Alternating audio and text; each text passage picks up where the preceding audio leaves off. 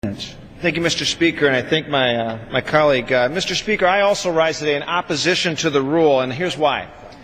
I offered 3 amendments before the Rules Committee and co-sponsored a 4th, and sadly none of them were made in order for today's bill. And my top concern, and the concern of all of my constituents, continues to be jobs. And I believe everything that Congress does should be looked at through the prism of is it helping or hurting job growth, and is it going to put Americans back to work? And unfortunately, Washington has not pursued a pro-jobs agenda over the last few years. In fact, since the stimulus was signed, we've lost about 3 million jobs, and we continue to grow and spend our way to our nation's debt to a larger and larger percentage of our GDP. Mr. Speaker, small businesses have created about 2 of 3 of every 3 net new jobs in the United States since the early 1970s. Small businesses are also responsible for roughly half of the privately generated GDP in the United States.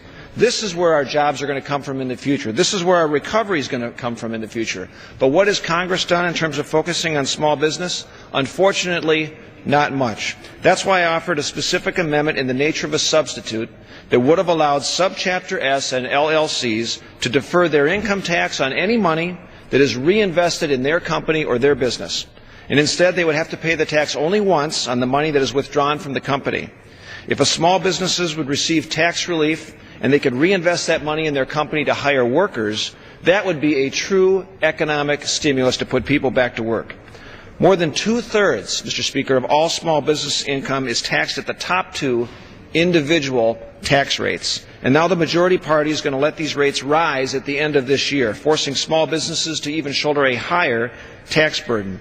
So this amendment would have provided real incentives for small businesses to grow without creating another bailout style of borrowing and spending even more government money. I also offered an amendment, Mr. Speaker, that would have stricken the section of the legislation that would treat S corporations differently. Why should a small business or a small business corporation be targeted for higher interest rates? A study that was sponsored by the SBA demonstrated that they already shoulder the highest effective tax burden of any business structure. Any business structure. If anything, they should be lowered for those rates.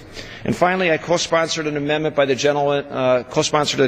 gentlewoman from Illinois, Mrs. Biggert, who it was also not made in order, unfortunately. And that amendment would have prevented any provisions of this legislation, the underlying bill, from taking effect until certain tax provisions that benefit small businesses are extended until 2012. And Mr. Speaker, the number one issue I really hear about is jobs. It is small business help. How can we help them? And the uncertainty that they face right now coming from Congress. And the Biggert Amendment is a much better approach because it would have addressed that level of uncertainty, focusing time and attention on the needs and the concerns of small businesses and making sure that they know what certainty they can do in terms of providing where they're going to deploy their capital. So, Mr. Speaker, these are the amendments I think that would have provided more direction to Congress to focus on real, true small business growth and taking a targeted approach. It would have been smart, it would have been strategic, and I would urge a vote on the rule because these amendments were not included as an option. And I yield back. Gentleman yields back. Gentlelady from Maine.